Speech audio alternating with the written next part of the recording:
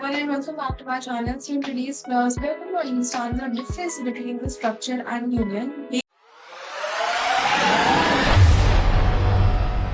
based upon some features. Now, first feature जो हमारे पास आता है that is memory allocation. Structure and union के बीच में जो memory allocation होता है वो किस तरीके से यहाँ पे differ करता है. If we talk about the structure, so we are having a separate memory for each and every member. Now, for example, अगर यहाँ पर हमारे पास है let's say int, float and let's say char.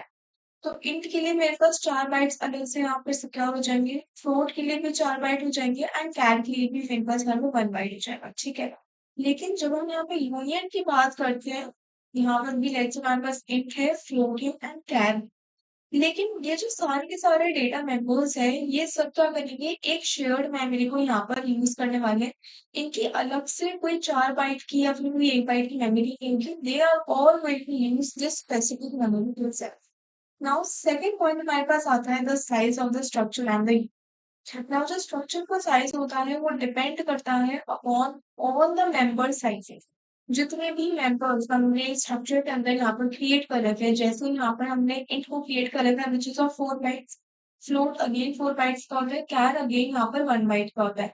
और यहाँ पे हम कुछ पैडिंग लेकर चलते हैं जो कि कंपाइलर टू कंपाइलर यहाँ पर डिफर करती है। नाउ फॉर एग्जाम्पल अगर पैडिंग को हम 1 बाइट लेकर चले, सो जो टोटल हमारे पास आता है that is going to be 10 bytes.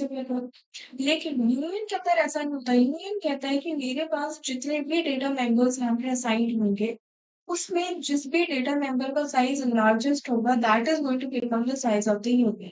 Now अगर हम यहाँ पे इंटीजर की बात करें so it is of 4 bytes, float की बात करें so it is also 4 bytes. Now हमारे पास जितने भी डेटा मेंबर्स यहाँ पे डिक्लेयर हुए, उनमें से कोई भी मेंबर ऐसा नहीं है जिसका साइज 4 बाइट से ज्यादा हो।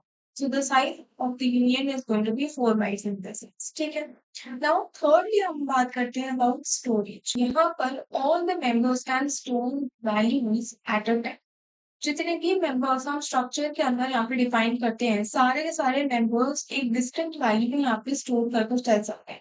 फॉर एग्जाम्पल अगर यहाँ पर इंटीजर की बात करें तो एक ए लेट से मैंने डिक्लेयर किया जिसके अंदर मैंने यहाँ पर 10 को इनिशियलाइज करवाया, so it is going to be store. अगर मैं यहाँ पर 10 को प्रिंट करवाना चाहूँ तो मैं सिंपली ए की वैल्यू को प्रिंट करवाऊंगी और मेरे पास यहाँ पे 10 के वैल्यू आ जाए। सिमिलरली अगर मैं यहाँ पर फ्लोट के लिए करना चाहूँ, for example float pi let say, इसके अंदर let's say we are having the value of 3.14, अगर मैं पाई की वैल्यू को प्रिंट करवाऊंगी तो भी मेरे पास यहाँ पे 3.14 प्रिंट होकर आ जाए। So the main point is कि हम जितने भी यहाँ पर डेटा मेंबर्स को डिक्लेयर करते हैं, every one of them is going to store a different value and हम उन वैल्यूज को एक्सेस भी कर सकते हैं। लेकिन अगर हम यहाँ पर यूनियन की बात करते हैं, सिर्फ only one member stores a valid value at a time. Now for example अगर मैंने यहाँ पर लिखा int a is equals to 10 and उसके बाद मैंने लिखा float y is equals to 3.14। अब हमारे पास यहाँ पर क्या होता है, एक शेयर्ड मेमोरी होती है। मेमोरी मेरे पास एक ही है। पहले जब मैंने ये वाली लाइन एग्जीक्यूट करी तो मेमोरी के अंदर यहाँ पर 10 आ गया, लेकिन जैसे ही मैंने यहाँ पर सेकंड लाइन को एग्जीक्यूट करा, ये 10 ओवरराइट हो गया किससे, 3.14 से। तो अब अगर मैं इंटीजर को यहाँ पर एक्सेस करने की कोशिश करूंगी तो मुझे एक अलग वैल्यू यहाँ पर मिलेगी अदर दैन द 10। ठीक है। तो the next point is on the basis of the data. अगर हम यहाँ पर देखें तो हमारे पास डेटा यहाँ पर चेंज नहीं हो रहा है। अगर मैंने यहाँ पर ए को 10 के साथ इनिशियलाइज करा है तो वो 10 तब तक रहेगा जब तक मैं वापस से ए की वैल्यू को री इनिशियलाइज नहीं कर लिया किसी और वैल्यू के साथ। सिमिलरली अगर मैं किसी और भी डेटा मेंबर की बात करूँ तो उनकी वैल्यू तब तक चेंज नहीं होगी जब तक मैं उनको दोबारा से यहाँ पर री इनिशियलाइज नहीं कर देती।